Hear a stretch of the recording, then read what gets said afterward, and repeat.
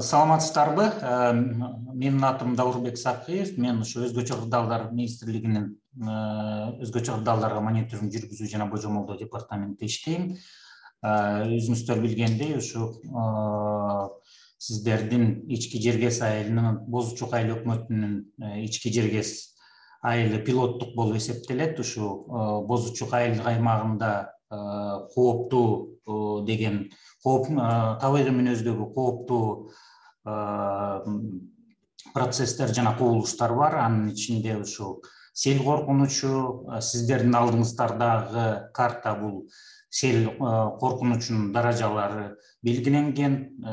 Бул биринчи даражадагы кооптулук кызыл түс менен белгиленген, андан кийинки түс бул экинчи кооптулук даражадагы жана үчүнчү кооптулук даражадагы сел жүрүүчү аймактар.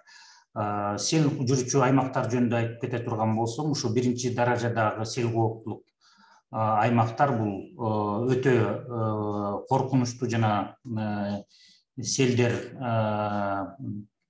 өтө чоң деңгээлде жүрүүчү аймактар. Экинчи даражадагы сел кооптуу аймактар бул 100дөн 1000 кубометр жүргөн аймактар болуп эсептелет. Жана үчүнчү даражадагы сиздердин аймактар ички жергес айылы кирген, бул 10дон 100 кубка чейин жүргөн аймактар болуп эсептелет. Мындан сырткары сиздердин аймагыңыздарда ошо бийик тоолуу жырылып кетчү көлдөр бар. Ошол көлдөр аномалдуу жаан-чачындын аномалдуу кардын эришинен же болбосо мөңгүлөрдүн эришинен жырылып кетип, ошо сиздердин аймагыңыздарда ошо сел жаратуу мүмкүнчүлүгү бар. Биздин маалымат боюнча ушу Бозучук айыл аймагында ушу эң кооптуу деп ички жергес суусунун жээктери жана жантаймалардан түшкөн сел агымдары. Буга ушул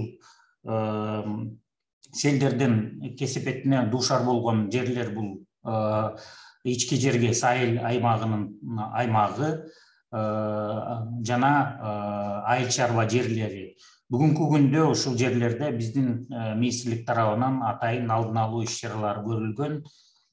Бирок ошого карабастан сиздердин ушу айыл тургундары ушу атайын алдын алуу иш-чараларын көрүш керек. Мисалы, каналдарды тазалоо, сел каналдарын тазалоо, арыктарды тазалоо, селдерден мындай алдын алуу иштерди көрүүгө кирүү керек экенин сиздерге маалымат катарында айтып кетет элем.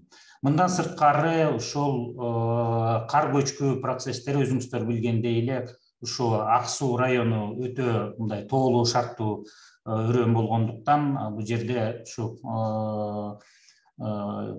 кар көчкү процесстери жүрүшү мүмкүн. Ошол аймактар аныкталган биз тараптан. Азыркы мен сиздерге көрсөткөн мына карта жана ошол жолдордун ошо кайсы чакырымда кар көчкү жүрүшү мүмкүн экенин көрсөтөм. Мисалы, 45-чи Турген Ак суу суусунун бассейниндеги 45-50 километрдин жолунда кар көчкү түшүшү мүмкүн. Мына жылына 5000ден 25 000 кубка чейин жана жолдор жабылышы мүмкүн, 220 метрге чейин ошол чакырымда. Жана чоң ашуусунда 72 чакырымдан 82 километрге чейин ошо кар көчкү процесстери түшүп жол жабылышы мүмкүн.